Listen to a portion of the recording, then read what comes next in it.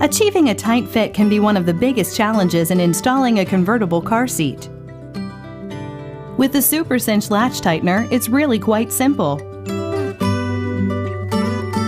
First, open both side storage compartments to remove the latch connectors.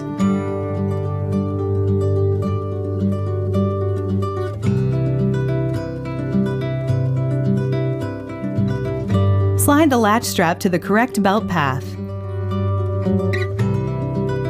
Then close the side storage compartment doors. Extend the SuperCinch completely to the full length. Clip both latch connectors to the vehicle seat lower anchors.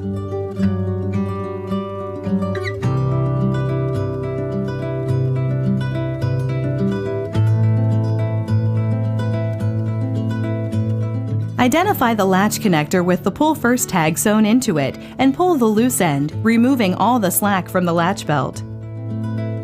Next, locate the SuperCinch latch strap with the pull second tag sewn to it. Pull the belt towards the ground until the seat is firmly secured in the vehicle seat. Pulling the belt in any direction is okay, depending on the limitations of your car. Grasping at the belt path, you should not be able to move the seat front to back or side to side more than 1 inch.